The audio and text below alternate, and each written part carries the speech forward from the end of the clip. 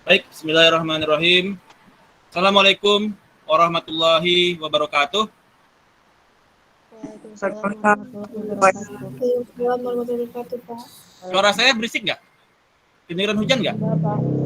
Bagus ya suaranya ya? Enggak, Pak. Bagus. Oke, alright.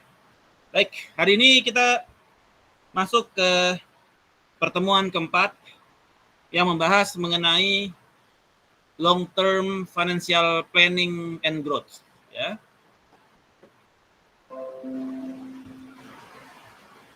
Key konsep dan skills. Jadi cita-cita kita di chapter ini adalah memahami terhadap financial planning proses, kemudian kita bisa dan bagaimana keputusan dari sebuah perusahaan itu saling terpengaruhi oleh financial planning yang kita buat tersebut. Yang kedua, kita mampu, jadi kompetensi Anda setelah pembelajaran hari ini adalah Anda mampu membuat financial plan menggunakan pendekatan percentage of sales approach. Jadi Anda mengerti dan bisa membuat financial planning menggunakan pendekatan percentage of sales approach. Yang ketiga adalah Anda mampu menghitung external financing needed. Jadi perusahaan ini butuh external financing berapa? Ya, itu Anda mampu menghitungnya. Dan mengidentifikasi determinants terhadap finance firms growth, memahami terhadap keputusan-keputusan yang mempengaruhi kepada long term financial planning, dan memahami terhadap capital structure dan dividend policy, ya, dari yang mempengaruhi kepada kemampuan perusahaan untuk grow, berkembang. Nanti kalau ada pertanyaan langsung saya di-intercept saja. Gak usah tunggu saya tanya ada pertanyaan nggak gitu. Langsung intercept aja. Kalau nggak, kalau ada yang ragu atau bingung silakan ditanyakan. Alright, chapter outline seperti yang kita bahas tadi, financial planning, ya, percentage of sales approach, external financing and growth. Alright. Pertama kita akan bahas mengenai elements of financial planning. Apa saja yang menjadi elemen dari financial planning? Jadi ada pertama adalah investment in new asset itu didetermine by capital budgeting decision. Jadi ketika Anda melakukan investasi, pembelian sebuah aset, maka ini akan mengarah kepada capital budgeting decision, di mana present value dari cash flow yang terbentuk dari investasi yang Anda lakukan harus Anda ukur. Sehingga apabila cash flow tersebut present value-nya lebih tinggi daripada investasi yang Anda lakukan, maka investasi tersebut oke. Tapi ini tidak akan kita bahas di chapter ini. Ini akan dibahas di dalam chapter yang berbeda, ya. Kemudian degree of financial leverage itu ditentukan oleh capital structure decision. Financial leverage Anda ditentukan oleh capital structure decision. Anda mau pakai debt to equity ratio berapa, ya. Jadi penentuan debt to equity ratio menentukan kepada financial leverage Anda. Anda lebih mengutamakan hutang atau mengutamakan kepada debt atau mengutamakan kepada equity. Kemudian cash paid to shareholder. Ya, ini juga menentukan kepada financial planning karena cash paid itu berupa dividend policy decision. Anda mau bayar dividen, itu akan berdampak kepada financial planning. Anda tidak mau bayar juga akan berdampak. Jadi kebijakan perusahaan membuat dividend policy menentukan financial planning dari sebuah perusahaan. Ya. Atau dividend policy merupakan salah satu elemen yang digunakan untuk membuat financial planning sebuah perusahaan. Tahun ini gue nggak bayar dividen. Tahun ini gue bayar dividen. Jadi secara finansial itu akan terpengaruhi. Kemudian liquidity requirement. Liquidity requirement determined by net working capital. Ya. Decision. Net working capital, current asset dikurangi current liability. Apabila current asset dikurangi current liability sama dengan 0, maka working capital-nya itu pas-pasan. Current asset sama dengan current liability, artinya pas-pasan. Berapakah liquidity requirement yang diperlukan? Ya, untuk membiayai current asset.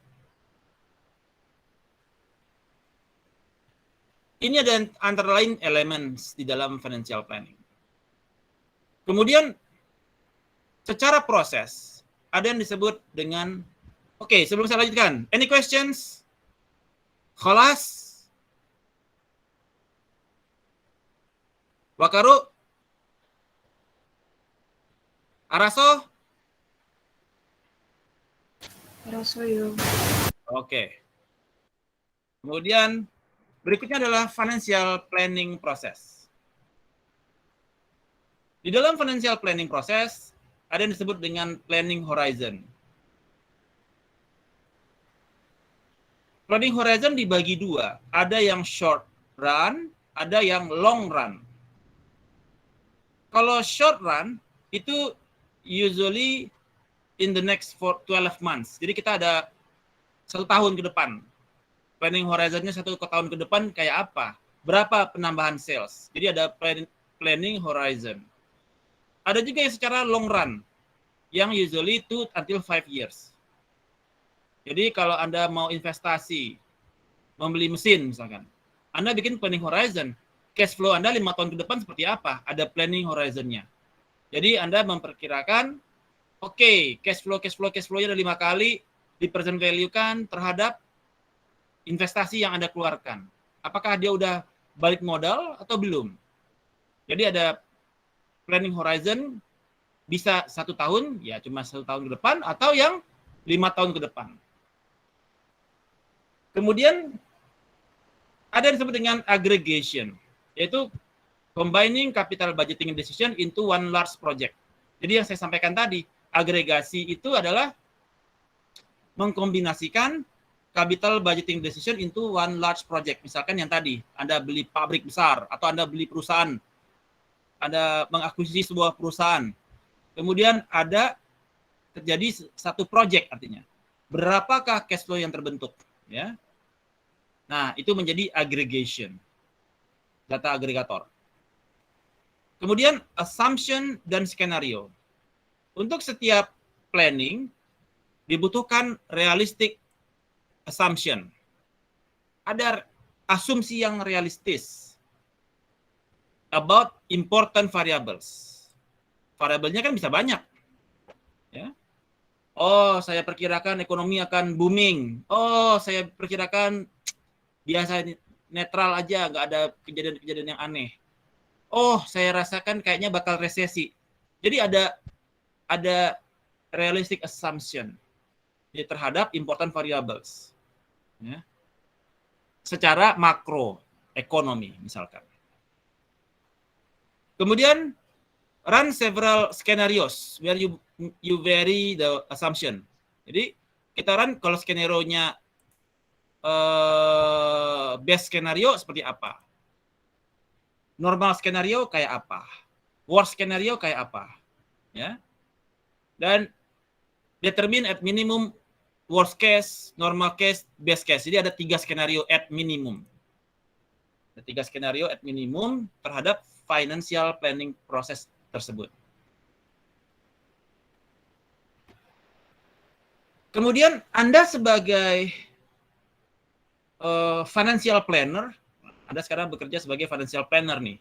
Udah kelar corporate finance 1 dan corporate finance 2. Siapa dosennya? Pak Jerry sebagai dosen. Kemudian, oke, Anda role of financial planner Anda di perusahaan sebagai apa?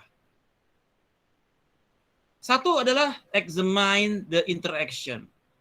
Anda membantu manajemen untuk melihat bagaimana interaksi antara decision yang diambil. Ketika Anda mengatakan bayar dividen, apa interaksinya kepada return earning? Apa interaksinya kepada sales? Apa interaksinya kepada long term debt dan sebagainya? Anda examine the interaction. Yang kedua, role Anda adalah explore options. Gives management a systematic framework to explore its opportunity. Saat ini opportunity-nya masih bagus, opportunity-nya berapa nih? Bagaimana kapasitas mesin kita? Udah terpakai berapa persen?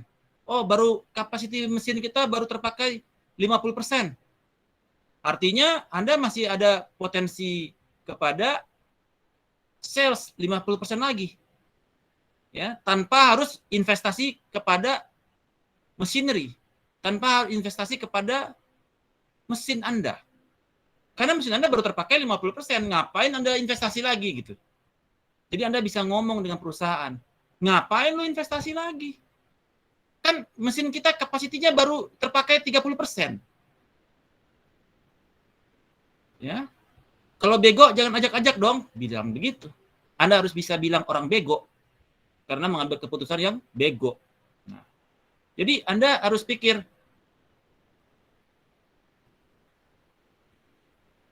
bagaimana opportunities dari Anda punya kondisi saat ini. Ya, kondisi perusahaan ya. Apa opportunity yang belum dimanfaatkan? Anda harus bisa pikir. Kemudian, avoid surprise. Jadi, jangan sampai ada kejutan, prank di tengah jalan. Help management identify possible outcomes and plans accordingly. Ya. Misalkan tiap tahun UMR naik 10%. Ya. Terus tahun ini Anda, kayaknya UMR nggak naik deh. Karena kan pemerintah nggak ada duit, orang lagi COVID. Kayaknya kita nggak mungkin deh UMR naik 10%. Tiba-tiba UMR naik, Anda kelabakan. Artinya Anda tidak melakukan planning yang baik. Karena ternyata UMR naik 10%. Jadi Anda harus avoid surprise. Kalau nggak, Anda ntar dibegoin lagi sama perusahaan. Kita bayar Anda mahal loh. 1 bulan 50 juta bayar Anda sebagai finance manager. Ya. Tahun kemarin Anda dapat bonus 5 kali gaji, 250 juta. Sekarang Anda dibuat planning UMR nggak naik, ternyata naik. Ya, kita bayar orang bego gitu kan. Jadi nama Anda dipertaruhkan ketika Anda membuat planning. Yang keempat, ensure visibility dan internal consistency. Jadi kita harus membantu manajemen untuk mendetermine bahwasanya apa yang dicita-citakan itu dapat dicapai. Ya. Dan dia konsisten dengan one another. Maksudnya dalam kondisi COVID yang mendapatkan positif externalities itu bisnis apa gitu. Oke, kesehatan bagus lah, kesehatan target sales bisa naik. Oke, good. Media oke, masih rame, media naik. Telekomunikasi bagus. Sekarang Anda bisnisnya ternyata adalah transportasi misalnya. Kayak Bluebird gitu ya, transportasi. Terus Anda targetkan sales-nya naik gitu. Ya, terus Anda sebagai finance manager mengiyakan, ya bos, target kita naik. Itu bosnya ngetes Anda, ngetes finance manajernya bego apa bego gitu. Udah jelas kita kondisi COVID, Anda dibilangin target sales dinaikin, Anda oke-oke aja. Artinya Anda tidak membantu manajemen untuk mendetermin apakah goals yang ingin dicapai sesuai dengan stage Anda. Ya. Jadi Anda harus tahu bagaimana kondisi secara fundamental. Apakah Anda terpengaruh secara positif, externalities, atau negatif externalities dari kondisi yang terjadi secara global. So far so good. Wakaru?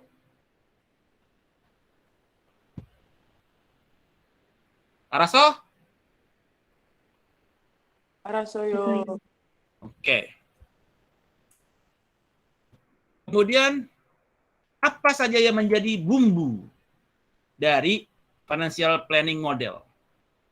Ya, apa yang menjadi bumbu? Ingat yang sudah saya pernah sampaikan, bumbu, hati-hati dengan bumbu yang haram. Khurimat alaikumul maitatu waddamu walahmu khinziri wa ma uhilla li ghairillahi bih. Kok nyambung ke sana? Artinya walahmu khinzir, bumbu yang mengandung babi. Hati-hati. Jangan sampai kalian memakan penyedap rasa. Karena pernah keluar fatwa penyedap rasa mengandung babi. Jadi hindari ingredient yang mengandung babi. Jadi kalau bisa jangan ada yang di kelas ini yang tersentuh oleh penyedap rasa. Kalau kalian mau makan di luar tanpa penyedap rasa. Oke, sedikit melenceng.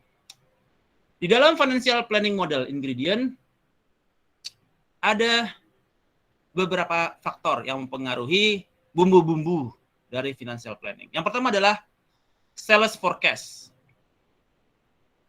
Many cash flow depend directly on the level of sales. Jadi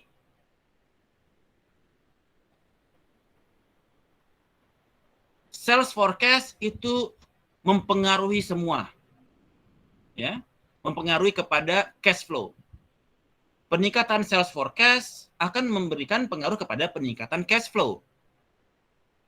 Artinya terdapat direct impact kepada cash flow. Selain cash flow, sales forecast juga berdampak kepada return earning dan dividen. Karena apa? Cash flow-nya dia secara net income akan mengalir kepada return earning dan dividen. Kalau perusahaan bayar dividen, artinya return earning-nya berkurang. Kalau dia tidak bayar dividen, artinya net income menjadi full return earning. Jadi sales forecast mempengaruhi kepada return earning.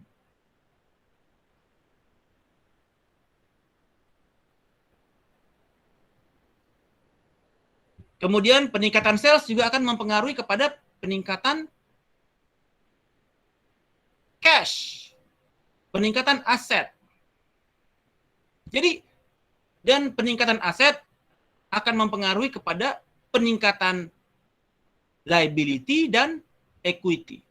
Jadi, begitu sales-nya naik, asetnya naik, maka kalau equity-nya naik, ya, dan liability-nya naik, jadi nanti dia akan melihat. Bisa saja equity turun, equity naik, liability turun, equity naik, atau liability naik, equity turun, tergantung your policy. Jadi sales forecast mempengaruhi kepada banyak variabel. Yang kedua, pro forma statements. Pro forma statements adalah setting up the plan using projected financial statements. Jadi pro forma itu adalah prediksi Anda terhadap laporan keuangan di tahun berikutnya. Baik 1 tahun sampai pun 5 tahun. Kalau Anda mau short run horizon, ya setahun depan. Kalau Anda mau pakai long run horizon, ya 5 tahun ke depan.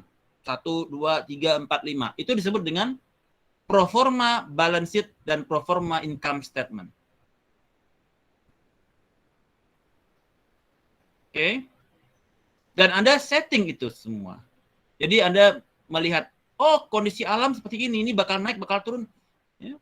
COVID bakal reda lagi 3 tahun lagi, sales diperkirakan mulai naik. Jadi Anda setting dari awal untuk membuat performa 5 tahun tersebut.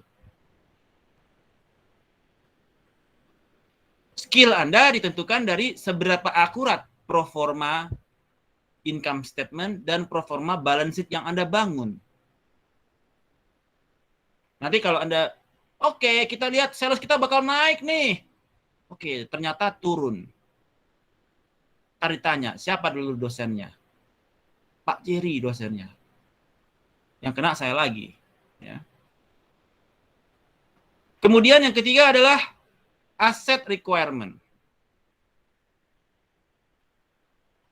Asset requirement adalah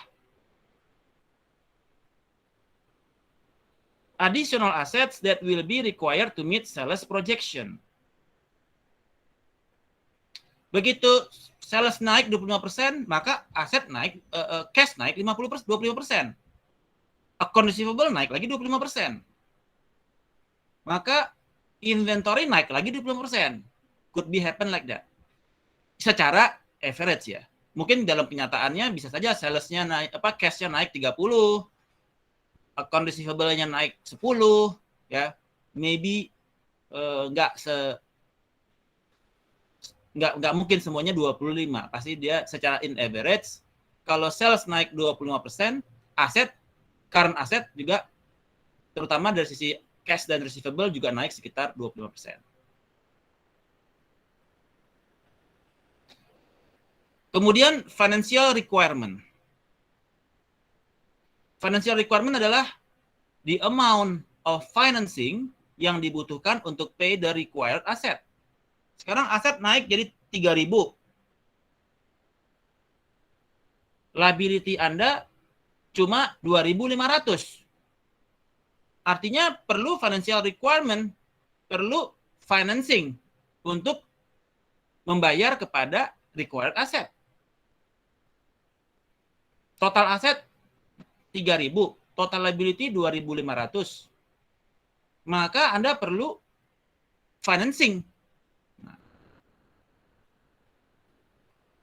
Kemudian plug variable. Plug variable ditentukan oleh manajemen yang memutuskan apa tipe financing yang bakal digunakan to make the balance sheet balance. Tadi kan aset 3.000, liability 2.500. Sekarang peningkatan 500 di mana? Itu disebut dengan plug variable. Anda mau meningkatkan di debt atau meningkatkan di equity. Ya. Apa yang menjadi keputusan dari manajemen untuk menentukan tipe financing yang akan digunakan untuk membalanskan balance sheet tersebut. Bumbu yang kelima, 2, 3, 4, 5, 6 adalah economic assumption.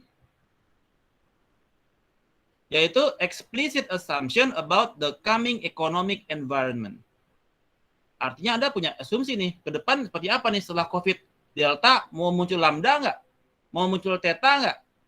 Jadi ada economic assumption. Kira-kira GDP kita bakal naik, kita kemarin udah 3 kali GDP turun, udah resesi, ke depan masih mau turun lagi nggak? Ada economic assumption di situ terhadap the economic environment. Jadi Anda harus kuasai juga di sisi macroeconomics. Jadi karena apa? Makroekonomik itu adalah hujan. Anda adalah cacing.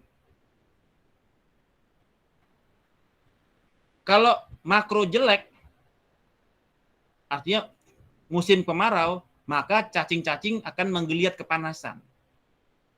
Ya, kerja keras. Tapi kalau makro bagus, hujannya lebat, maka cacing nggak perlu kerja keras. Dia ngikut oke, kondisi makro kita udah bagus, tinggal gas. Ya. Nah, itu untuk economic assumption. So far so good, Araso? Hafiz? Pronto. Oke. Nah, ini adalah contoh historical financial statements. Ya. Jadi tadi saya ada kirim file baru tadi yang saya revisi. Saya udah masuk ya. Mestinya sih udah masuk ya. Di sini kita lihat di balance sheet.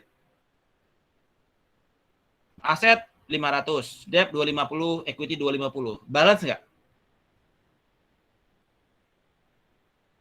Balance dong. Ya, gitu aja cepat dong jawabnya. Kemudian income statement, revenue 1000, cost 800, net income 200. Ini historical financial statement-nya. Sekarang kita diminta untuk membangun pro forma tahun depan. Di mana kita pikir tahun depan bakalan revenue bakal grow 20%. Jadi dari sisi sales naik 20%. Menjadi 1000 dikali 20% sama dengan dikali 1,2 sama dengan 1.200. Dan cost kita dari 800 naik juga 21,2 menjadi 960, dan net income kita dari 200 naik 20% menjadi 240. Jadi all items itu tied directly kepada sales. Begitu sales naik 20, semua juga naik 20. Dan current relationship-nya dia optimal. Consequently, all other items will also grow at 20%. Ya, begitu salesnya naik 20, consequently all items will also grow at 20%. Ini adalah pro forma income statement untuk tahun berikutnya. Nah, kemudian akibat dari peningkatan sales ini, implikasinya kepada balance sheet seperti apa? Nah, itu yang menjadi pertanyaan. Semua di dalam membuat pro forma akan selalu menjadikan sales sebagai acuan peningkatan. Pertanyaannya adalah bagaimana kondisi balance sheet?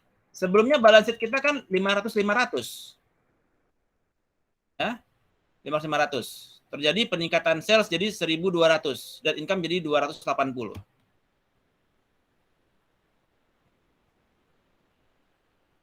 So, ketika sales naik 20%, maka aset pun menaik menjadi 600, 1,2 dikalikan aset.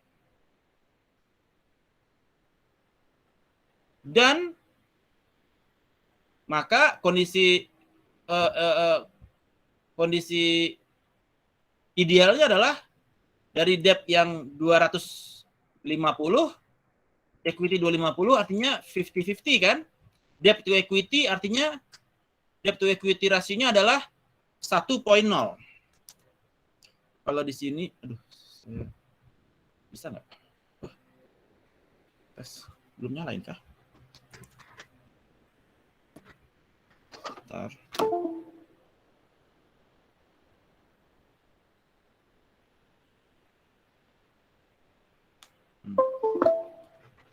Oke. Oke.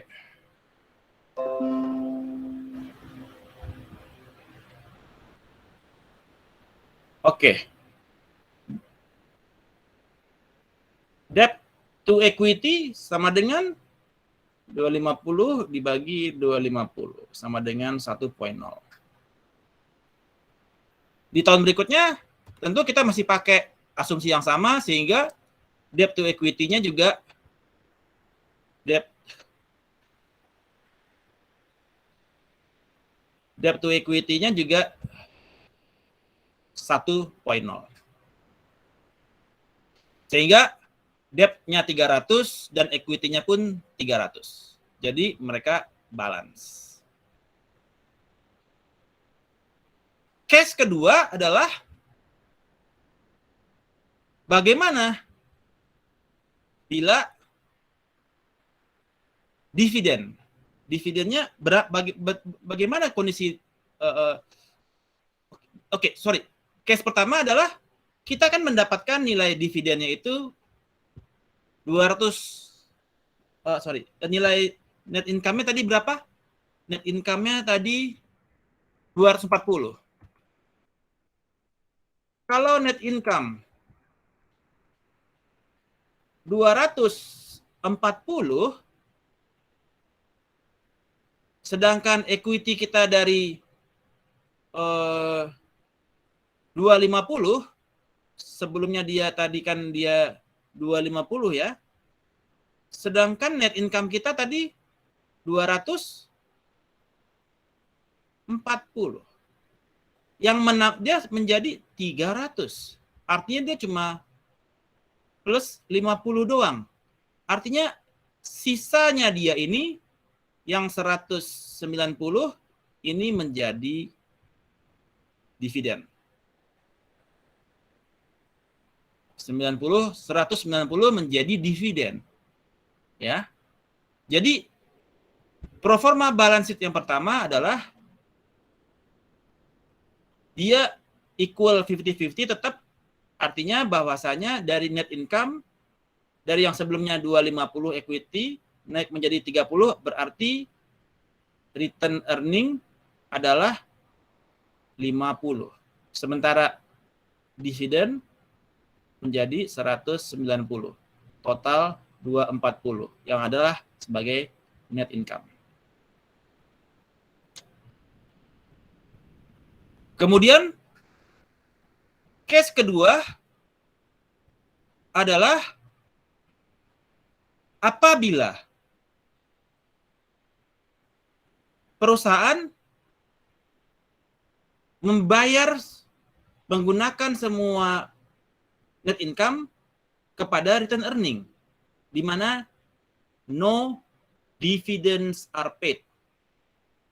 Artinya dari sebelumnya 250 naik menjadi 490 karena ditambah dengan 240.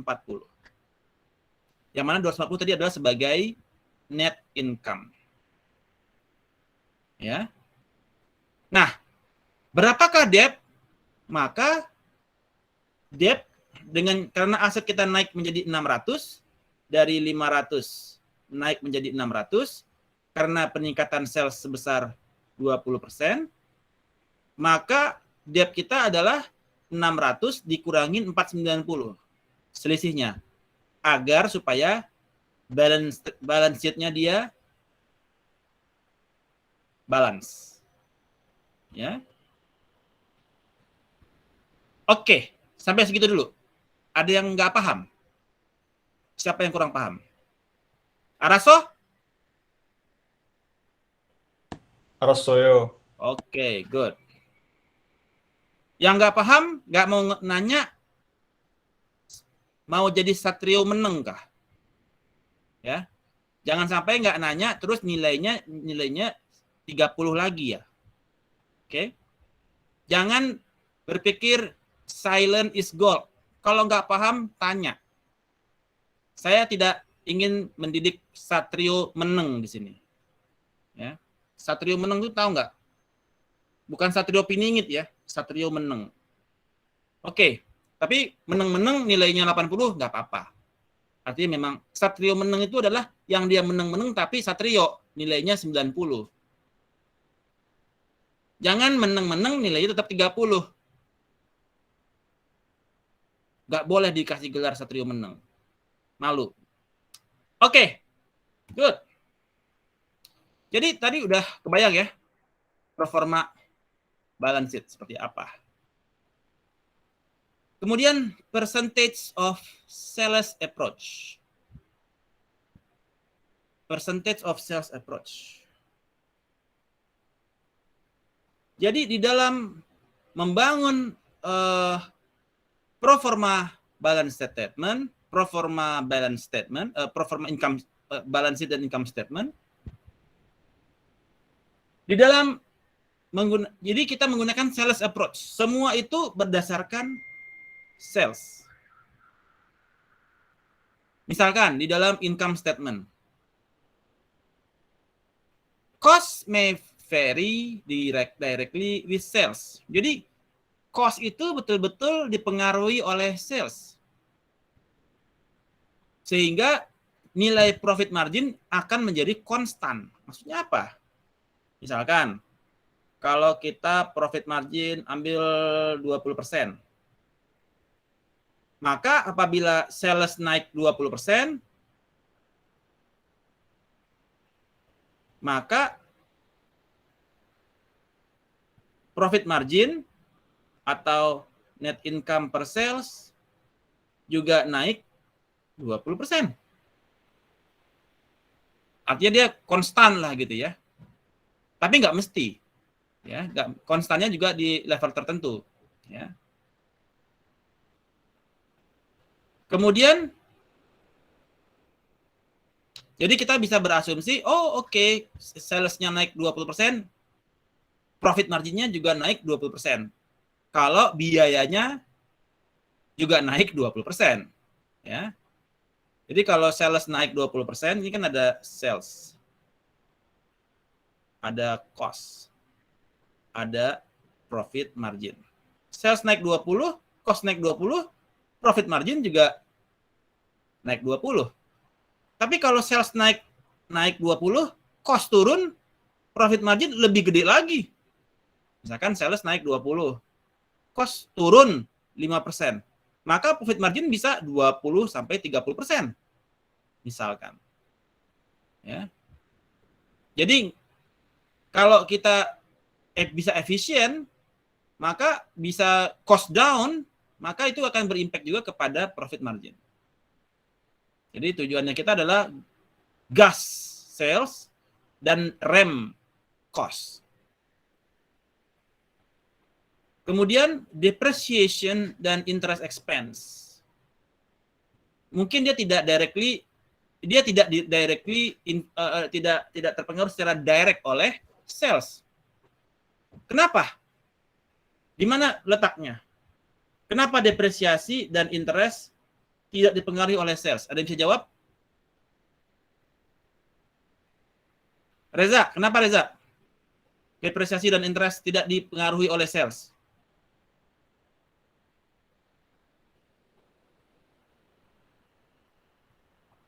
Tadi siapa lagi yang dapat 90? Dava. Ya, kenapa Reza? Silakan. Kenapa tidak dipengaruhi oleh sales? Iya, Pak. Gimana, Pak? Sorry, Kena- dari WC. Nggak dengar tadi pertanyaan saya. Dari kamar mandi, Pak, saya. Aduh. Gimana? Ulang dulu. Kenapa? Dava, jawab dulu Dava. Oh, Dava di mana? Open cam semua. Saya kalau ngomong yang lain pada tidur, pada di kamar mandi. Coba open cam semua dulu deh. Jangan-jangan lagi di pasar nih. Dava, mana Dava? Ah, Dava nggak di tempat dia. Nah, bentar. Mana si Dava? Nggak ada si Dava. Oke. Semua buka cam. Fahrul Rizky, kemana nih? Kok gelap? Lagi di kamar mandi? Enggak Pak, emang kameranya Oh, nggak ada pencahayaan juga. Oke, Reza. Pertanyaannya, mengapa depresiasi dan interest tidak dipengaruhi oleh sales? karena apa ya? Aduh, saya belum baca lagi yang itu, Pak. Nah, kapun nilainya udah 80. Di kuis itu soalnya ada. Kok bisa jawabannya benar? Bentar, Pak.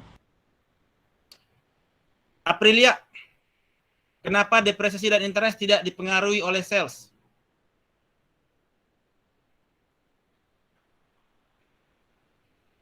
Nggak tahu. Putri Fania, kenapa tidak dipengaruhi oleh sales?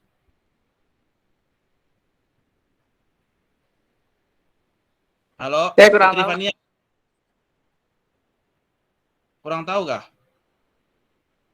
Kalau saya tidak tahu bahasa Arabnya apa ya?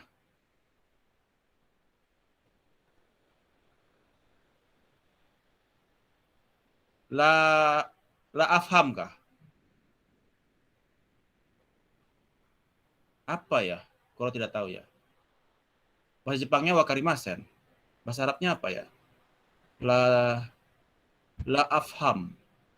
Ya udah itu deh. Oke, saya terangkan. Jadi depresiasi dan interest ini karena dia berdiri sendiri, nggak ada hubungan sama sales. Anda interest, Anda punya pinjaman kredit modal kerja, itu kan pinjaman dari bank. Kan jawaban interestnya itu udah ditentukan dari jangka waktunya kredit, bunganya kredit, dan sebagainya. Jadi udah nggak nyambung lagi dengan sales. Ya kan bunganya 11%. Ya, jangka waktu 5 tahun. Angsuran per bulan, angsuran per tahun berapa? Misalkan 10 juta. Nggak ngaruh lagi dari sales. Depresiasi dari mesin. Usia mesin 10 tahun. Maka dia straight line tiap tahun dia berkurang 10%. Nggak ngaruh lagi dari sales. Jadi depresi dan interest itu dia tidak dipengaruhi oleh sales. Sehingga profit margin is not constant. Jadi karena dia biaya tetap, maka profit margin jadinya nggak konstan gitu. Oke. Di sini apabila cost dia directly dipengaruhi oleh sales, maka dia konstan. Apabila dia tidak dipengaruhi, ada yang tidak dipengaruhi, maka profit margin tidak konstan. Yang ketiga adalah dividends are a management decision and generally do not vary directly with sales. Jadi ini adalah management decision. Oke, saya mau bayar dividen 30%, suka-suka manajemen. Saya nggak mau bayar dividen, suka-suka manajemen. Ya, sehingga income statement-nya dia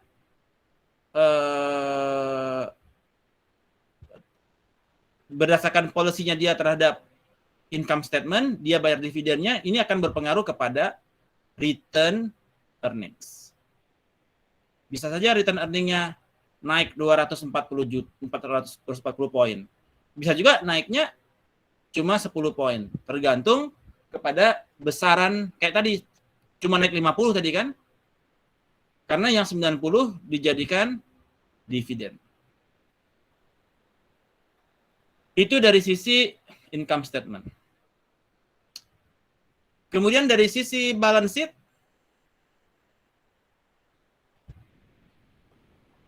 initially assume bahwasanya all asset including fixed itu dipengaruhi secara langsung oleh sales. Jadi kalau sales naik 20%, maka nilai aset juga naik 20%. Itu asumsi yang pertama. Sales naik 20%, aset naik 20%. Kemudian dari sisi liabilities, account payable will also normally vary directly with sales. Ya, account payable kalau sales naik 20, account payable juga biasanya naik karena dia harus ngutang dulu sama vendor kan? Kan dia nggak bayar langsung dia. Dia account payable dulu. Jangka waktu 1 bulan dia bayar. Jadi ada pengaruh kepada peningkatan sales, pengaruh kepada peningkatan account payable. Kemudian notes payable. Seperti commercial paper. Ya. Kemudian long term debt. Rata-rata tidak terpengaruh dari sales. Karena mereka depend on management decision lagi terhadap capital structure-nya. Oh, saya mau long term debt. Mau pinjam bonds, mau terbitkan bonds. Oh, saya mau notes payable. Mau terbitkan commercial paper. Oh, saya mau jual, saya punya stocks. Common stock saya mau jual. Itu juga meningkatkan common stock. Nah, jadi tidak semua terpengaruh oleh sales. Yang terpengaruh oleh sales tadi cuma aset dan account payable. Kemudian pengaruh dari return earning portion juga will come from the dividend decision. Oh, dari sales dapat ke net income, maka net income masuk kepada dividend policy. Ini juga pengaruh kepada equity. Jadi secara tidak langsung sales juga mempengaruhi kepada equity dari sisi return earning. So far so good. Any questions? Araso? Wakaru? Wakaru minasan? Pak, saya mau nanya, Pak. Ya, silakan. Kalau earnings before tax? Jadi maksudnya Earnings before tax itu kan sebelum net income. Iya. Kenapa Berarti itu pertanyaannya? juga ini diri sendiri juga. Maksudnya? Atau Pertanyaannya gimana? enggak? Itu kan maksudnya kan kalau di income statement kan Pak, EBITDA itu earning Ya. before tax. Ya. Nah, itu untuk menghitung itu berarti ada rumus sendiri atau gimana, Pak? Ya ada. Income Akumulasi dari ini. corporate tax berapa persen? Jadi untuk net income itu dia udah after tax, ya, after interest dan earning before interest and tax, ya, EBITDA kan. Nah, net income itu sudah yang paling bawah, udah bayar, udah kena taxnya, jadi dia udah bersih. Jadi dia itu adalah net profit sebagai net income. Dari situlah baru masuk kepada return earning maupun dividen. Return earning dan dividen tidak dari earning before tax karena masih gede. Terus yang bayar pajak siapa nanti? Jadi udah bersih semua, udah bayar pajak, baru kita bagikan kepada return earning dan dividen. Menjawab, Reza? Iya, Pak, siap. Oke. Any other questions? Good questions. Nggak ada yang mau tanya? Saya mau nanya sih, Pak, tapi berkaitan dengan tugas sih, Pak. Nanti aja, Pak. Oke. Right. Nah, ini contoh dari income statement. Ada sales 1.000, cost 8.000. Ini topik yang berbeda ya. Earning before tax 200. Ya. Kemudian ada tax, ya, yang corporate tax sebesar 34%. Sehingga kita dapatkan nilai net income sebesar 132. Kemudian 132 ini 44-nya kita bayarkan dividen, 88-nya kepada return earning. Ya. Kemudian diasumsikan bahwasanya tahun depan kita mau bikin pro forma nih. Kita mau bikin pro forma. Tahun depan kita mau asumsikan sales growth naik 25%. Oh, oke. Tahun depan kita target sales kita naik 25%. Dan maka salesnya adalah 1.000 dikali 1.25. Dapatlah 1.250. 1.000 plus 1.25. Oke. Dikurangin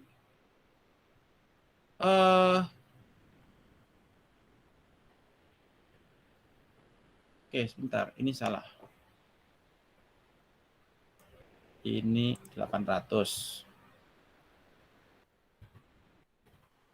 Ya. Dikurangi biaya naik juga 20%, 25%, 1.25. Ya, dapat cost-nya 1.000. Jadi 800 dikali 1.25. Sehingga earning before taxes sebesar 250 gross profit. Dikurangin tax 85, yang mana ini adalah 34% dikali 250. Dapatlah net income 165. Dan sekarang pertanyaannya, berapakah dividen dan return earning? Jadi kalau kita mengacu kepada income statement tahun sebelumnya, di mana dividen payout rasionya adalah 33,33%. Dari mana dapatnya? Sama dengan 44 dividen dibagi dengan net income 132 sama dengan 0,333. Maka kita terapkan juga nilainya ke sini. 165 dikali 0,333 sama dengan 55. Dan return earning-nya adalah 165 dikurangin 55 sama dengan 110. Jadi kita membuat proformanya menggunakan asumsi bahwasanya sales naik 25% dan dividen payout ratio. Maksudnya adalah dividen dibagi net income. Atau juga bisa dengan pendekatan kedua, yaitu dividen per share dibagi earning per share. Jadi berapa dividen per lembar saham dibagi dengan earning per share.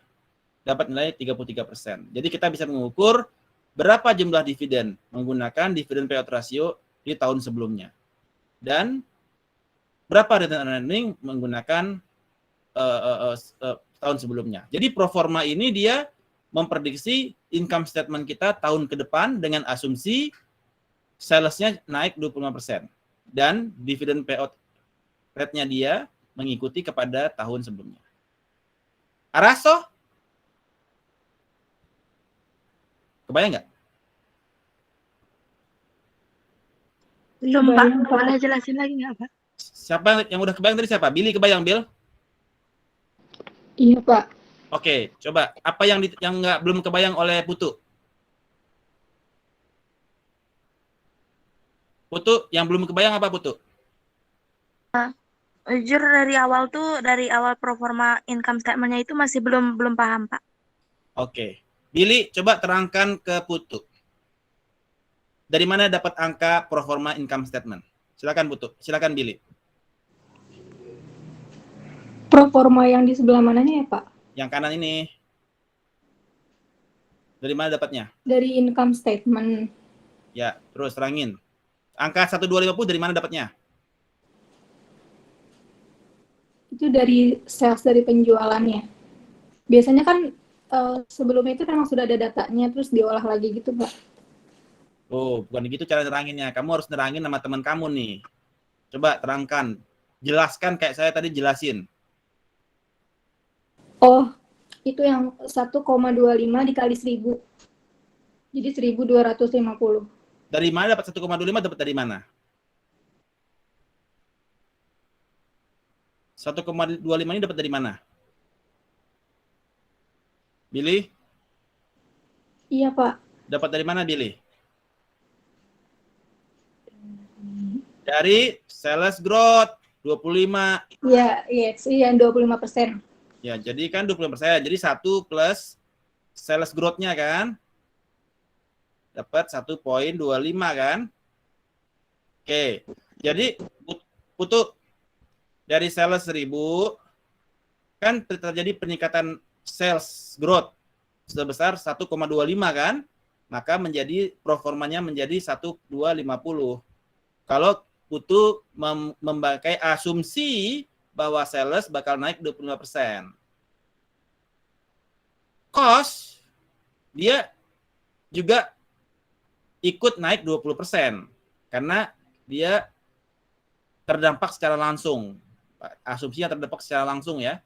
Jadi menjadi dia 800 dikali 1,25 menjadi 1000. Sehingga didapatkan earning before tax 250. Oke. Kemudian corporate tax 34%, less tax 34% dari 250. Kena pajak 85. Dan didapatkan net income 165.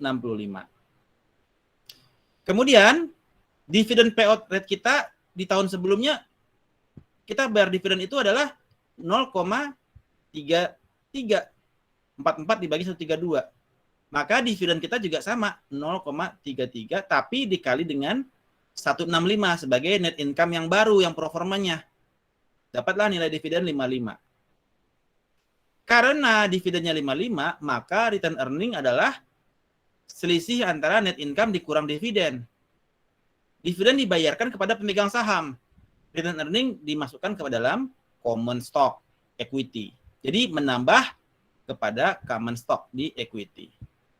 Paham, Putu? Paham, Pak. Makasih, Pak. Oke. Any other questions? So far so good ya? Kapis? Araso? Arasoyo. Oke. Nah, pertanyaan berikutnya adalah setelah income statement-nya dia kayak begitu, terjadi pro forma, pengaruhnya kepada balance sheet seperti apa? Maka balance sheet-nya dari sebelumnya dia total asetnya dia 3.000. Jadi di aset pertama itu dia cash 160, account receivable 440, inventory 600, total current asset 1.200. Fixed asset net PPE. PPE itu kepanjangannya adalah plan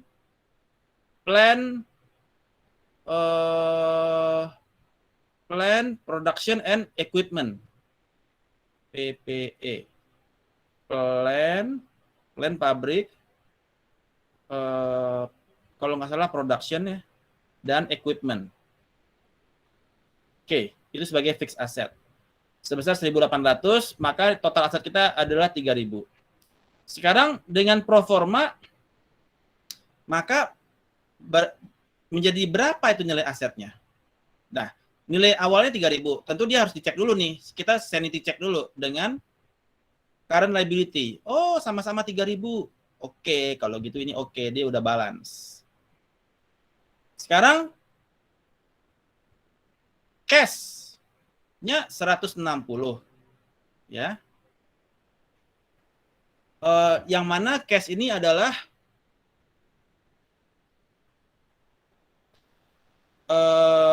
peningkatan percentage dari sales-nya adalah 10%. Jadi percentage of sales-nya, sales ini adalah 10%. Sebelumnya berapa? Sales-nya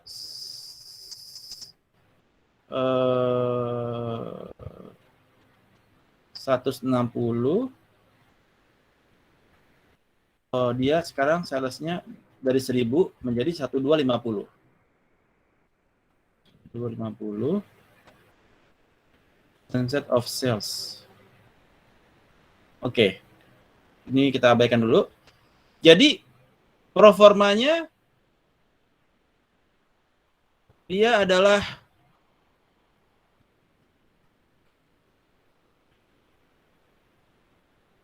$200. Sales tadi peningkatannya berapa? 25% kan? Tadi sales peningkatannya berapa? 25% kan? Iya, Pak, 25%.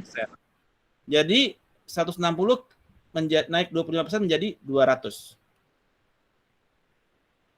Account receivable juga naik 25% dengan asumsi semua sama ya. 440 naik 25% menjadi 550. Inventory naik 25% menjadi 750. Totalnya naik menjadi 1.500 total current asset. Dan net production plan and equipment naik 20% menjadi 2250. Total aset menjadi 3750. Total naik 25%, 25%. Naik menjadi 3750. Naik seperempatnya kan, 3.000 dibagi 4 kan 750 kan? 750 tambah 3.000, 3750. Jadi ini implikasi dari peningkatan sales sebesar 25% bisa berakibat kepada aset naik 25% as well. Kemudian dari sisi current liabilities yang terpengaruh oleh sales yang mana? Cuma account payable kan?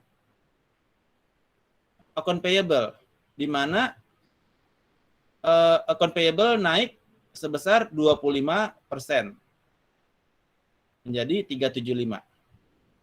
Ya. Yang lain-lainnya tetap karena notes payable kan nggak pengaruh sales. Long term debt tidak terpengaruh sales. Common stock tidak terpengaruh sales. Return earning nggak terpengaruh. Return earning ya nanti terpengaruh sales juga sih sebetulnya. Tapi tergantung berapa kita mau policy dari manajemen. Mau berapa kita dividen, maka selisihnya goes to return earning. Jadi tidak terpengaruh oleh sales. Total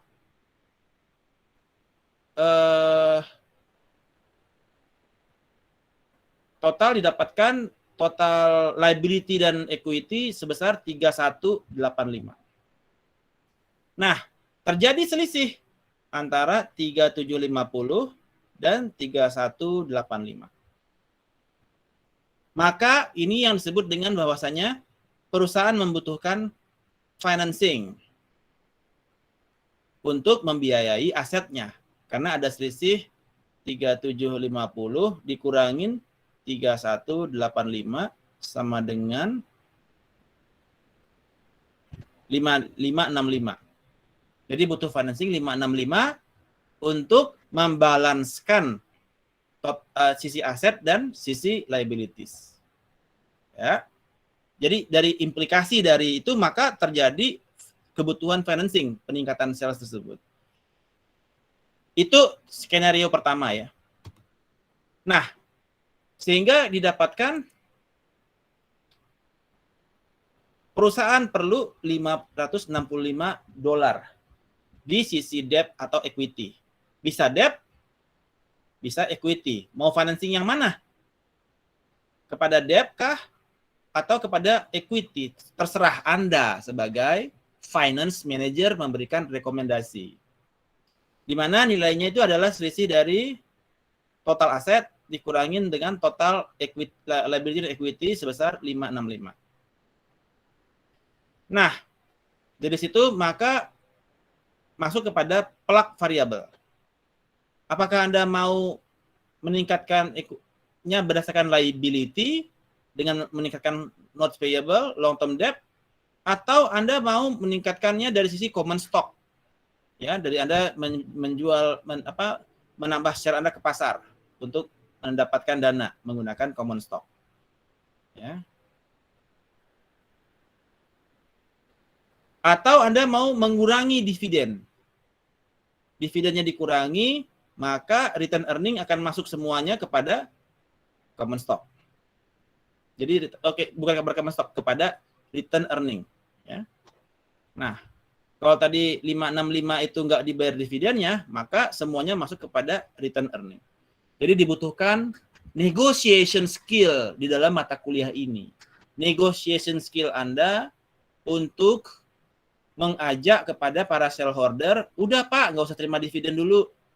Karena ada potensial revenue yang lebih besar kalau Bapak nggak terima dividen dulu, tapi dimasukkan semua kepada return earning agar perusahaannya semakin maju dengan implikasi harga sahamnya semakin naik. Nah, itu adalah negotiation skill yang dibutuhkan dalam kita mengurus korporasi. Araso, questions?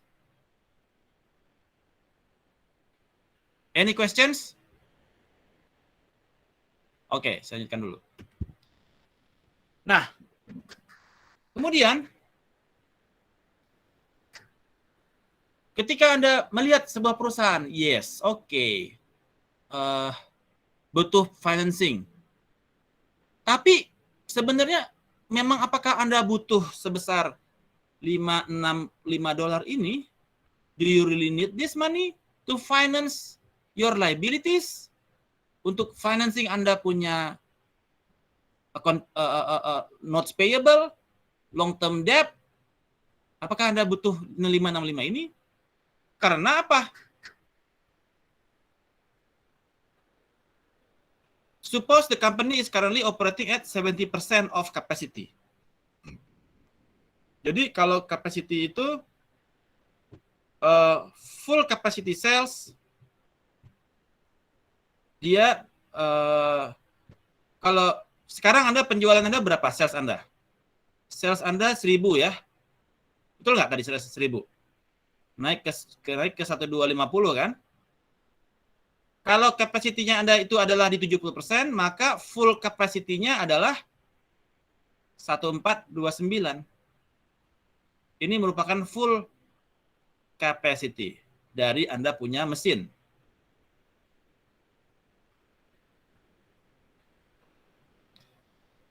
Kalau Anda meningkatkan sales di estimasi ke 1250, berarti kapasitinya yang terpasang masih 87,5%.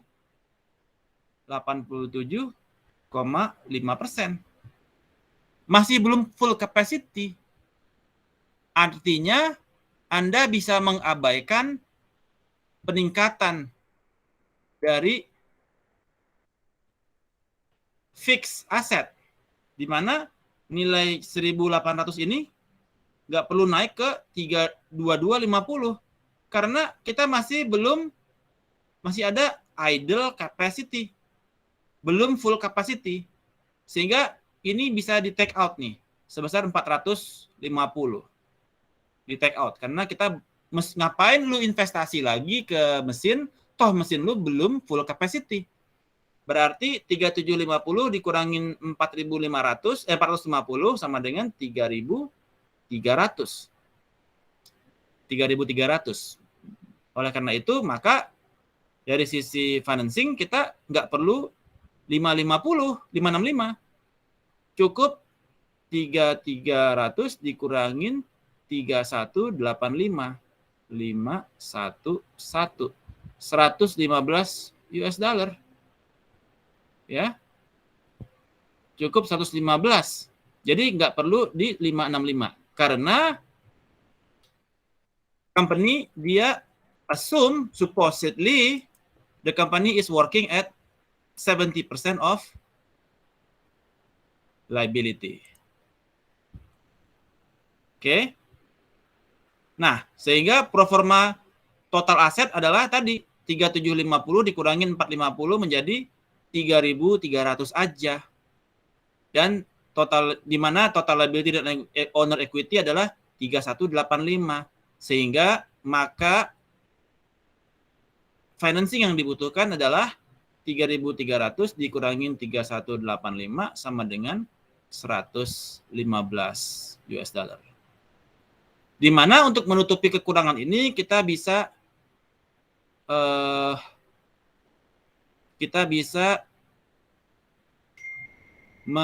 membayar kita punya short term debt. Jadi short term debt-nya itu dari sini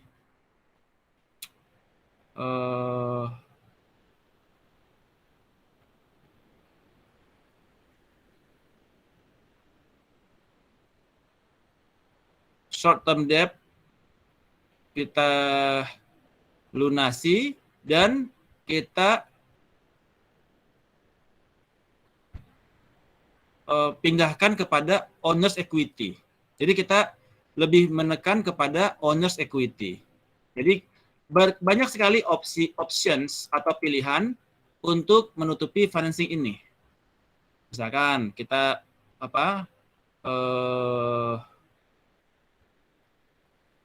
excess financing. Sorry, kenapa excess? Excess financing. Oh, sorry.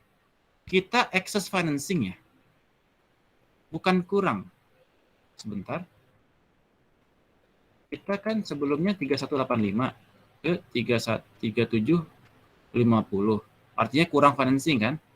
Jadi kita butuh tambahan financing 565. Sekarang kita butuh tambahan financing 115 kan? Oke. Jadi kita bisa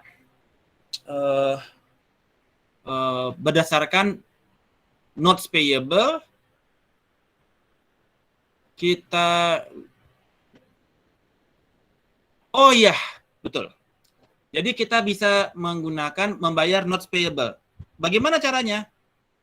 Dari sisi kita punya cash, kita masukkan ke notes payable untuk bayar. Jadi cash-nya turun kan? Kalau turun maka dari 3.000 kita berpikir bagaimana 3.300 ini turun ke 3185. Jadi dari sisi cash kita bayar notes payable. Dari sisi cash kita bayar long term debt. Ya. Kemudian dari sisi stocks kita buyback. Kita buyback, kita bayar. Dan kemudian pay more in dividend. Jadi kita bayar lebih banyak dividen sehingga return artinya dia lebih kecil. Nah, sehingga tujuannya adalah dari 3.300 ini bisa drop ke 3185 ke 3185. Jadi supaya dia balance. Bisa saja dari pendekatannya kita butuh dana 115 selisihnya, dari sini nambah 155 atau dari 300 ini diturunkan 115 poin agar dia bisa balance ke 3185. Arasoh pendekatannya bisa dua-duanya ya, menambah financing atau kita excess dari sisi financing. Jadi kita lunasi kita punya utang agar dia kembali balance dari sisi aset dan liabilities. Wakaru, questions? Any questions? Siapa yang sudah mengerti? Siapa yang belum mengerti?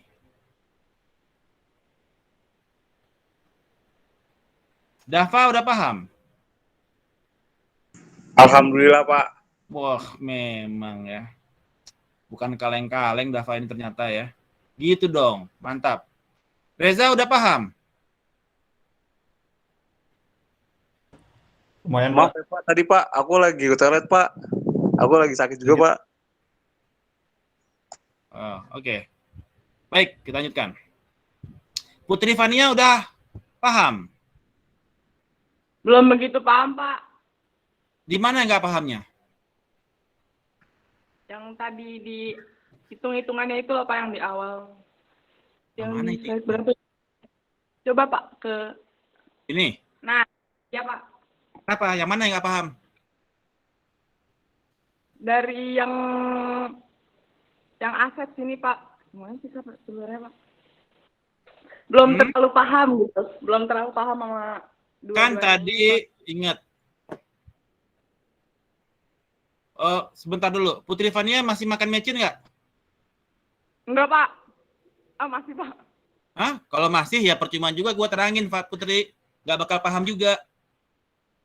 Kebayang maksud Pak, saya? nanti saya liatin Kalau aja kamu deh. masih makan mecin, diterangin juga nggak bakal paham. Nggak bakal dong. Percuma deh. Kalau masih makan mecin. Ntar kamu kalau mau pelajari lagi, kamu nonton dulu aja videonya ya. Oke, Pak. Oke. Selama masih makan mecin, bebel. Ya. Saya kasih tahu deh. Selama Anda semua masih makan mecin, nggak dengerin itu ayat, ya, susah. Ya. Kalau mau paham, mesti stop mecin dulu. Khurimat alaikumul maitatu waddamu walahmu khinzir.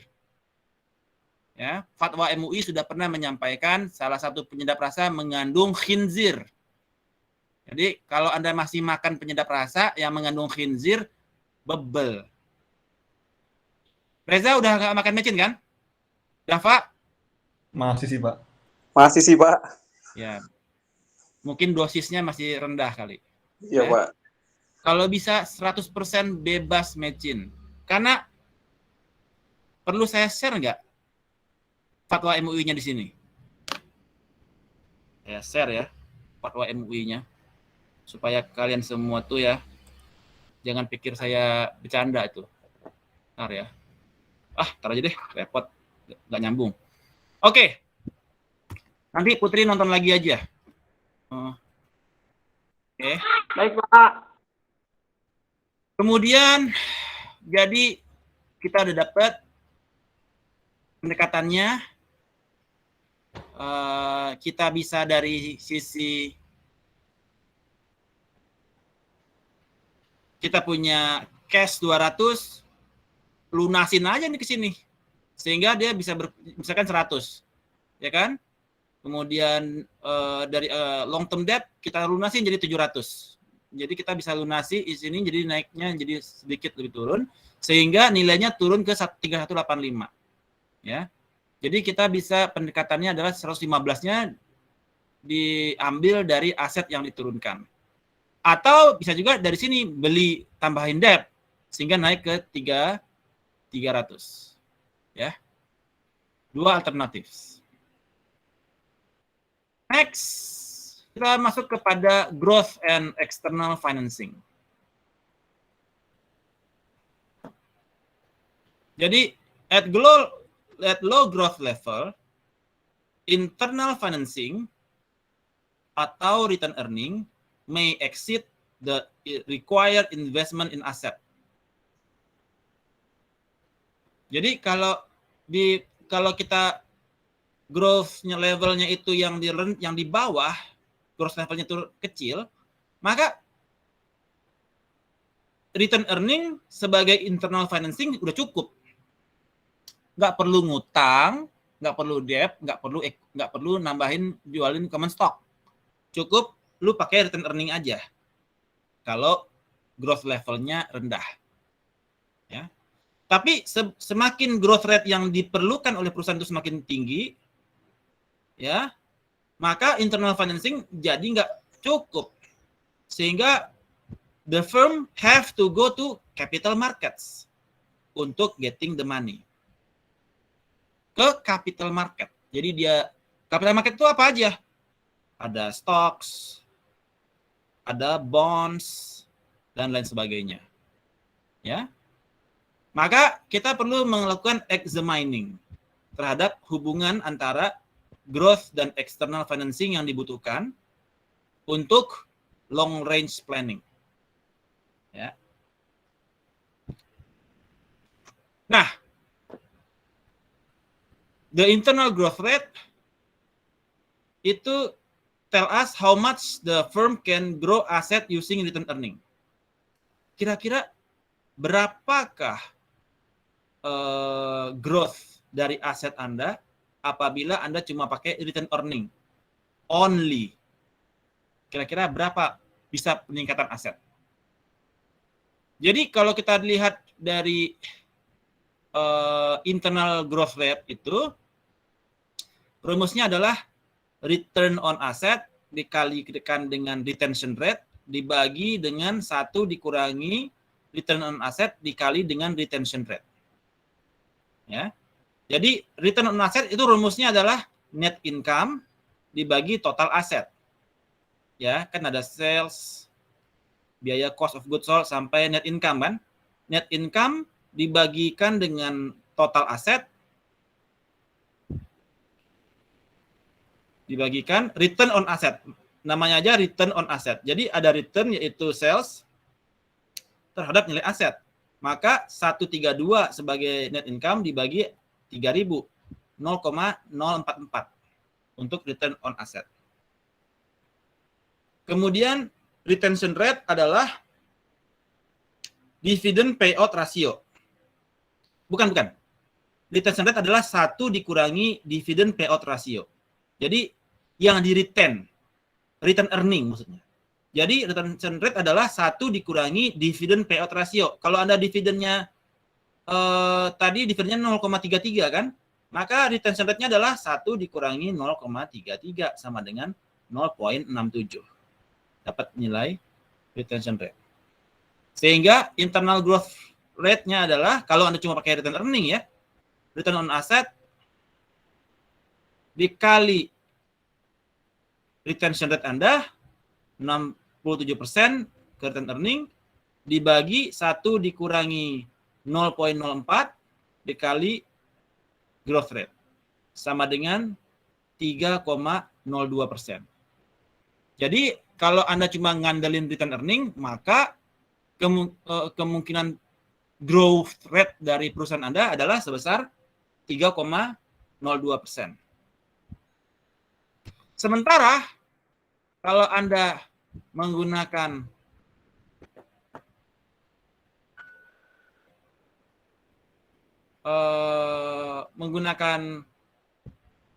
debt, ya,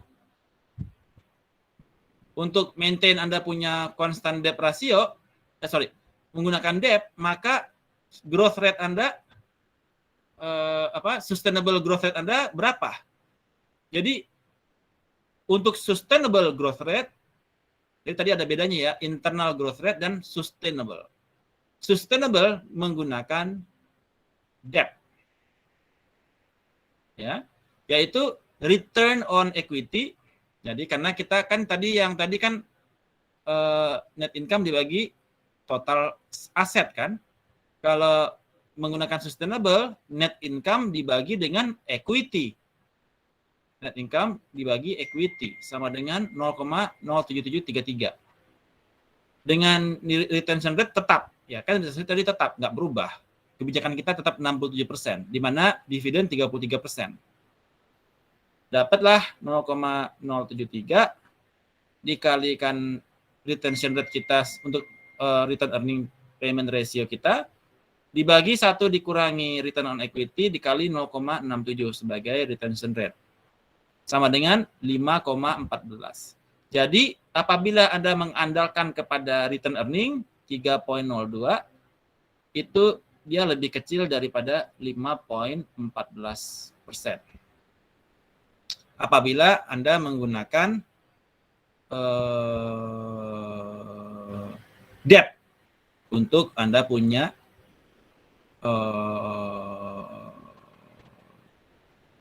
untuk Anda generate funds menggunakan debt, ya. Tadi kita menggunakan return earning, ini kita menggunakan debt. Return earning secara equity, debt secara debt, ya. Debt to equity, ya. Jadi tadi return earning kita menggunakan bukan return earning. Ya, using return earning, ya. Jadi dari net income dibagi total aset, ya, berapa persen return on asetnya. Terus kemudian di sini kita menggunakan return on equity, ya, dari kita punya net income. Oke. So, ini yang membedakan antara internal growth rate, ya, hanya menggunakan return earning, dan sustainable growth rate dengan menggunakan debt to maintain dan maintain constant debt ratio. Alright. Any questions?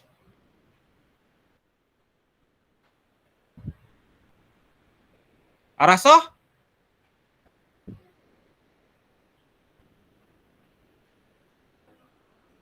Kapis? Wah, pada hening semua. Oke, good. Kemudian berikutnya adalah determinants of growth. Jadi untuk menentukan apa yang mempengaruhi kepada perkembangan perusahaan itu ada disebut dengan profit margin, ya, yaitu untuk mengukur operating efficiency. Net income dibagi dengan sales. Berapa persen? 10%, 20%. Nah, semakin tinggi profit margin berarti operating efficiency-nya makin bagus, ya, semakin efisien. Kemudian total asset turnover. Jadi TATO, sales dibagikan dengan total aset. Jadi dari aset kita tadi yang 3.000, salesnya 2.000, ya kan? Jadi dia udah berapa kali nilai aset? Kalau dia 2.000 artinya dia masih 0,66 sekian. Jadi masih kecil gitu ya. Kemudian financial leverage. Ya, berdasarkan debt to equity ratio. Berapakah nilai debt dibandingkan dengan nilai equity? Kemudian juga dividend policy mempengaruhi kepada company growth. Semakin tinggi dividend payout ratio, maka return earning semakin turun. Semakin besar Anda bayar dividen, ya return earning-nya makin turun. Semakin kecil Anda bayar dividen, return earning-nya semakin tinggi. Jadi ini menentukan growth-nya. Semakin yang bagus yang mana? Yang return earning-nya makin tinggi, artinya dividennya makin turun. Tapi dibutuhkan negotiation skill dari Anda kepada para stakeholders. Daripada kita minjem kena bunga gede, mendingan return earning-nya dipakai aja, bos. Dengan harapan nilai saham di market menjadi lebih meningkat. Right. That's all about the chapter. So, any questions? Saya tanya Pak, Silakan. buat tugas Pak, Oke. itu kan disuruh bikin horizontal dan vertikal serta rasio ya Pak ya, di minggu pertama. Nah itu horizontal dan vertikalnya itu masing-masing pembukuan nggak Pak? Misalnya kayak balance sheet itu harus dibikin, terus income statement dibikin, cash flow dibikin atau nggak usah semua, satu doang? Hanya income statement dan balance sheet. Oh iya, berarti Iya dua dong. Pak? Artinya bukan dua, maksudnya yang ada horizontal vertikal itu kan cuma income statement dan balance sheet. Iya. Oke. Kalau cash flow kan kita udah ngelihat kebutuhannya di akhir periode kan. Jadi Ya, kita nggak ngelihat lagi kan. Jadi di periode tahun pertama, tahun kedua, tahun ketiga cash flow-nya berapa dia, apakah dia negatif atau positif. Jadi kalau misalkan dia dalam kondisi COVID terjadi peningkatan cash flow, artinya itu perusahaan mengalami positive externalities. Iya. Kebayang kan? Bayang Pak. Nah, terus Kalau- tahunnya Pak, berapa tahun? Apanya?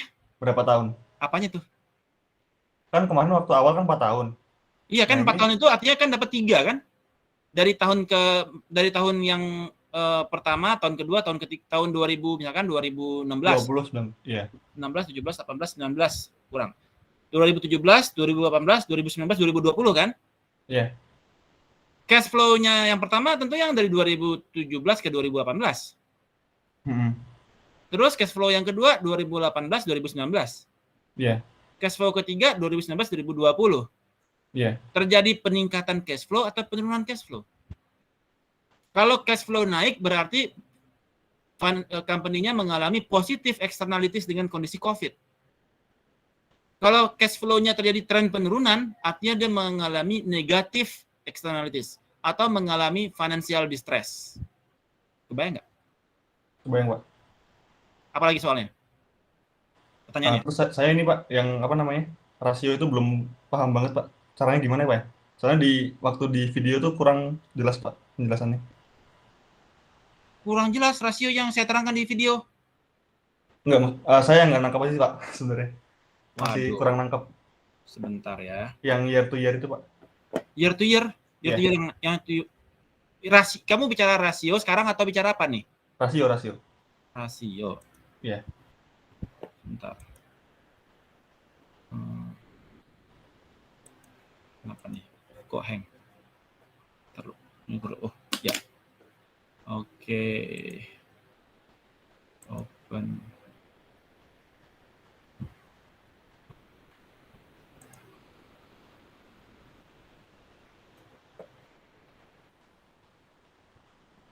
Ambil contohnya mana ya?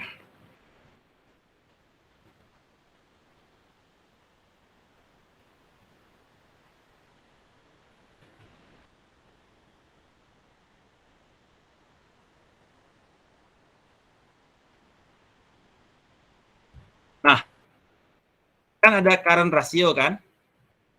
Ini kan Iya. rasio semua nih. Ada current ratio, quick ratio, inventory turnover, account receivable, average collection period, fixed asset turnover. Terus rasio mana yang kamu nggak paham?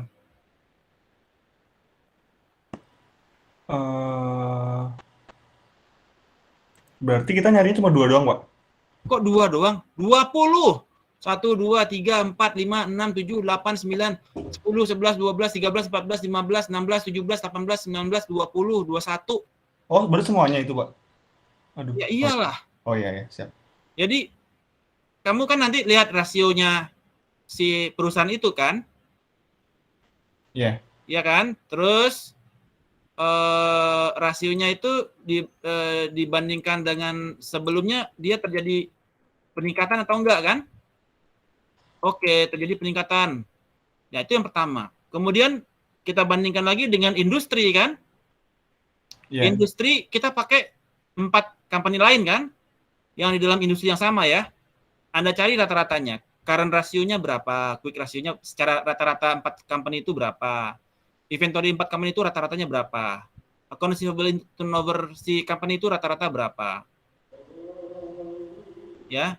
Jadi nanti kayak begini nih, nanti industrinya kayak apa secara industri. Terus dari sisi pegangnya company-nya apa Reza? Saya Indah Kiatpu, Pak. Indah Kiat. Kalau di dalam industri yang sama siapa lagi? Indah Kiat, terus apa lagi? Aduh. 4 company lainnya. RAPP. Iya, RPP. RAPP, apalagi? Nah, cari lagi tuh company-company yang lain di dalam industri yang sama. Kamu tarik lagi datanya terhadap rasionya dia. Dari Yahoo kan udah ada semua. Oke. Dari Yahoo Finance kan sudah ada semua kan? Atau dari Investri, atau dari mana lagi tuh? Topedia. WSJ ada, Pak.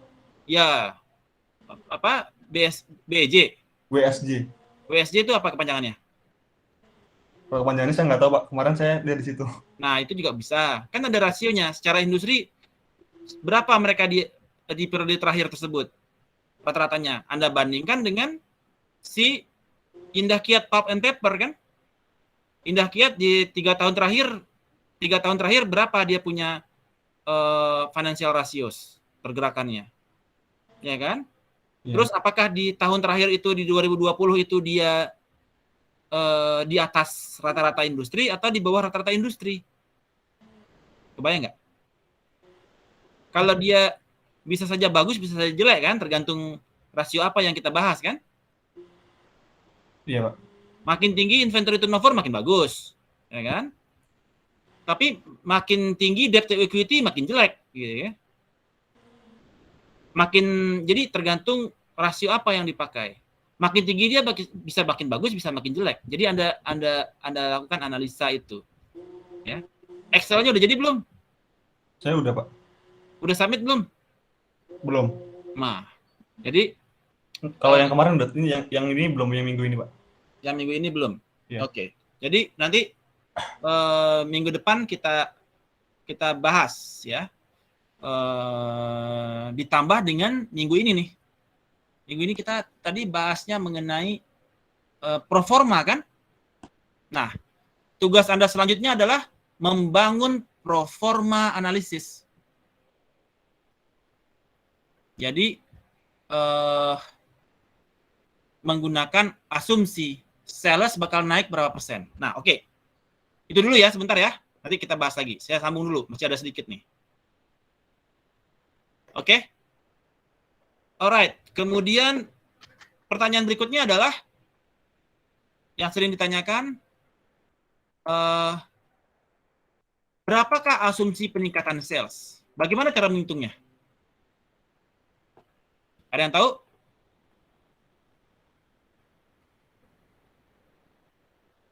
Ada yang tahu nggak? Oke, kita bahas. Wah, oke, 5 menit deh. 10 menit. Kita pakai Excel. Excel saya muncul?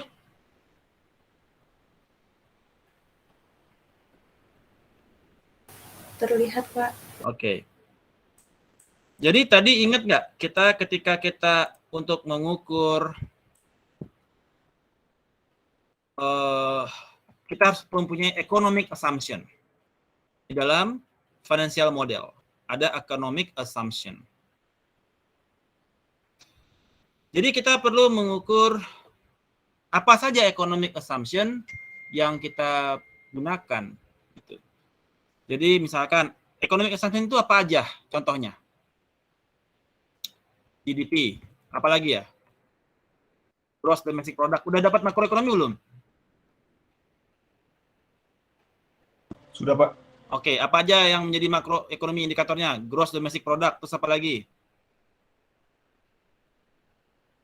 Ya. Kita misalkan UMR. Nah, UMR. Oke, macam-macam lah. Ada makro, ada mikro lah ya. Ada UMR. Inflasi, Pak. Apa? Inflasi. Inflasi. Apa lagi?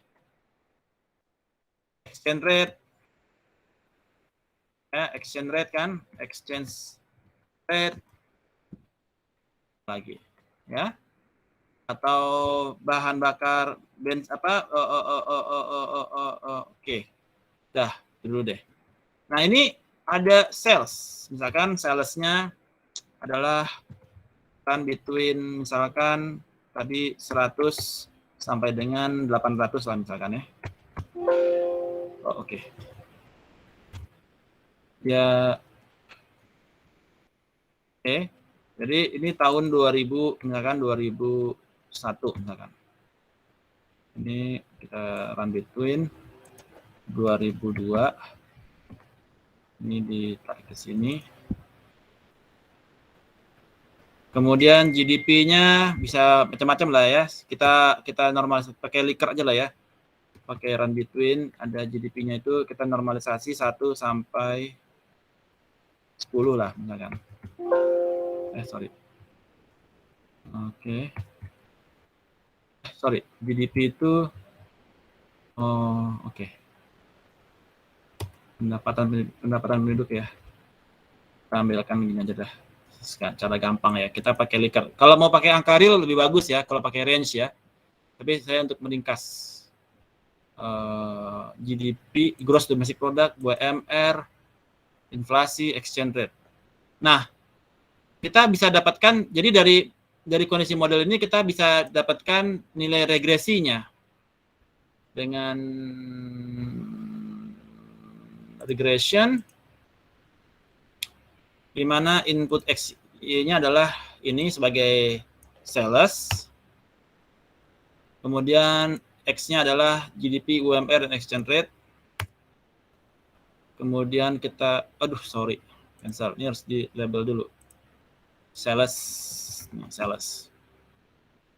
Nah, kalau yang di laptopnya udah ada data analisis, harusnya udah ada ya. Yang dulu pernah kelas saya pasti udah ada data analisisnya. Reza udah ada kan data analisisnya? Dava? Semuanya udah punya kan data analisis di sini? Halo? Sudah, Pak. Sudah. Oke. Billy mau pernah ikut kelas saya, Bill? Enggak sih, Pak, tapi waktu itu sama Pak Aurino di di komputer bisnis terapan. Iya, oke. Pernah belajar regresi sama Pak Aurino di sini ya? Pernah. Oke, good. Jadi paham ya. Regression, kita menggunakan Y range-nya menggunakan sales. Kemudian X range-nya menggunakan variable ini. Kita dapetin nilai label. Kemudian output range-nya kita pakai di sini misalkan. Oke. Dan kita akan dapatkan mana variabel yang paling mempengaruhi ya. Nah, jadi kalau kita kondisi 2021 misalkan. Sini adalah 2022 misalkan. 2022-nya adalah datanya udah gue rubah lagi. Ya, oke. Jadi kita bisa melihat Y sama dengan ya 723 plus minus 20 kali GDP terus minus 0,4 dikali UMR, kemudian minus 34 dikali inflasi ditambah 2 dikali exchange rate ya. Jadi yang kita asumsikan adalah nilai ini. Nilai GDP inilah yang kita asumsikan. Berapa nilai GDP ini, berapa nilai ini yang akan terjadi di tahun depan. Nah, dari situ baru kita melihat berapa nilai sales-nya kira-kira. Itu dengan cara menggunakan economic assumption. Ya. Economic assumption. Terus juga pastikan bahwasanya p-value di bawah 0.05 dan T statistik di atas 1.96. Kalau misalkan nilainya tidak ada, di drop, regresi ulang sampai dapetin semuanya yang signifikan. Itu teknik kita untuk mengukur prediksi Y-nya. Nah, jadi tugas Anda nanti disambung ya tugasnya ya, masih untuk company yang sama, adalah membangun proforma balance sheet. Proforma balance sheet di tahun berikutnya. Ya. Proforma balance sheet di tahun depannya. Apabila tergantung asumsi Anda. Asumsi Anda terserah. Apakah salesnya naik 25, apakah salesnya turun, tergantung dari asumsi makroekonomi Anda. Jadi Anda lihat kondisi makro deh. Lihat kondisi makronya, kemudian maka dengan kondisi tahun depan GDP berapa, terus UMR berapa, dan Anda nggak mesti pakai cara saya. Anda bisa pakai pendekatan Anda sendiri secara kondisi untuk melihat kepada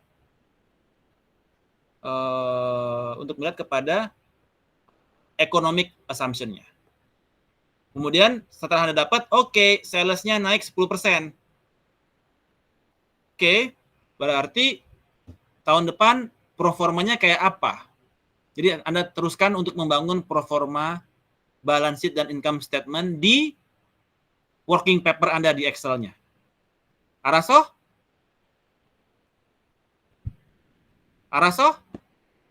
Mau tanya Pak, Ya. untuk vertical analysis itu yang benar nggak Pak kalau misalnya itu per tahun Pak? Jadi misalnya di tahun 2020 dikurangi 2019, nanti dibagi dengan itu, terus dimin 1 buat Kalau vertikal kan dia pakai sisi aset dan dari sisi sales dan total aset. Ya kan? Kalau vertikal kan dia dari kalau aset kan dari total aset, dia berapa persen dari total aset kan? Iya. Kalau dari sisi income statement, dia berapa persen dari si sales? Iya, revenue. Nah, itu berapa persen profit marginnya itu berapa persen terakhir kan? Itu vertikal. Kalau horizontal, berapa persen peningkatan salesnya tahun ini dibandingkan tahun lalu kan? Iya. Jadi tahun sekarang dikurangin tahun lalu dibagi tahun lalu, itu aja. Iya. Tapi kan kalau misalnya di laporan keuangan itu kan banyak kan bakal pakai Excel kan. Kalau saya tarik semua nggak apa kan Pak? Jadi keluar semua persennya gitu. Maksudnya gimana? Di income statement kan ada banyak, sales kan ada macam-macam penghitungannya gitu kan. Nah terus kalau misal saya tarik gimana? Itu kan saya pakai Excel. Kan keluar kan rumusnya. Bukan. Anda kan udah punya laporan income statement dan balance sheet-nya kan 4 tahun kan? Iya. Sudah punya belum balance sheet income statement-nya? Udah ada. Nah, kan tinggal Anda kurangi. Sales sekarang dikurangi tahun lalu, dibagi sales tahun lalu kan? Iya. Jadi bukan Anda mengenerate kepada berapa peningkatannya, Anda menghitung. Iya, menghitung. Kebayang ya? Bukan Anda mengenerate data, tapi membuat data baru terhadap berapa peningkatan salesnya dan lain sebagainya. Nanti kalau sudah ada submit, saya cek dulu deh ya. Berarti satu aja Pak itunya. Ya tiga periode lah kan empat kali laporan keuangan. Iya maksudnya 3 periode tapi satu jumlah kan Pak hasilnya itu. Nggak usah yang kayak banyak itu kan. Enggak lah, satu lembar cukup kan, ada 4 dijembrengin kan. Oh, ini iya. berapa persen ini dari tahun sebelumnya? Terjadi peningkatan atau penurunan kepada apanya? Dia terjadi peningkatan sales atau penurunan sales secara horizontal. Dan kemudian dari sisi salesnya itu kepada profit marginnya dia terjadi peningkatan atau penurunan secara vertikal. Baru kita masuk kepada rasio. Jadi ini adalah pekerjaan yang akan Anda lakukan ketika Anda menjadi finance manager. This is exactly what you are doing. You going to do if you are working in finance. Araso? Saya mau nanya Pak. Ya silakan. Yang buat tugas yang rasio. Nah saya di perusahaan saya itu nggak ada interest expense, jadi di coverage rasio nggak bisa dicari. Itu nggak apa-apa Pak? Nggak apa-apa. Yang penting nanti rasionya Anda cukup memiliki data rasio untuk Anda bandingkan dengan industri. Oh, oke. Jadi saya coverage rasionya kosong nggak apa-apa. Nggak masalah. Yang penting Anda cukup memiliki data rasio ya dibandingkan dengan data industri. Kalau nggak ada data interestnya gimana lagi? Itu udah di laporan keuangan kan? Iya, Pak. Ya udah, no worries. Terima kasih, Pak. Oh ya, Oke. sama yang tugas untuk minggu depan berarti industri sama yang ini asum sales. Yang industri Anda harus tarik data lagi kan? 4 Iya. company yang sejenis kan? Iya. Kemudian rasionya Anda harus bandingkan. Anda rasio industri rata-rata berapa? Anda berapa? Jadi Anda bagus atau jelek? Kemudian buat pro forma kepada berdasarkan pelajaran hari ini. Pro forma tahun depan dengan kondisi makro Anda lihat sendiri, Anda ukur sendiri. Anda mau pakai makro kayak apa? Anda munculkan di working paper-nya untuk asumsi makro yang Anda gunakan untuk mengukur berapa sales-nya di tahun depan. Nah, jadi Anda bisa berapa sales tahun depan berdasarkan asumsi, berdasarkan regresi tersebut. Nah, dari situ akan berpengaruh kepada balance sheet-nya kan? Terus juga return earning disamakan dengan tahun sebelumnya. Kalau return earning sekarang berapa? Anda bayar dividen berapa? Dividen payout ratio misalkan 30%. Berarti tahun depan juga pakai 30%, samain aja. Jadi implikasi dari sales kepada laporan keuangan pro forma tahun depan. Kebayang, Mut? Iya, kebayang, Pak. Terima kasih, Pak. Oke. Good. Kalau nggak ada pertanyaan lagi, ada lagi yang ingin ditanyakan? Pak, saya boleh izin share screen nggak, Pak? Biar lebih jelas Boleh. buat tugasnya. Nanti saya pusing, Pak, kalau ini. Kalau nggak jelas. Ya udah. Oke. Coba lihat. Oke. Saya share ya, Pak. Ya. Saya stop sharing, stop presenting dulu.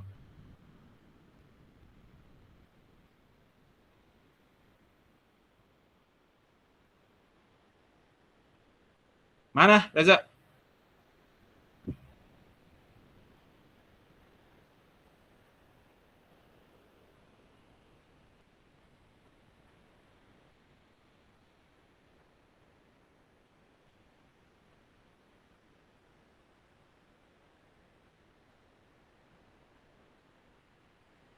Bisa stop dulu aja deh. Set.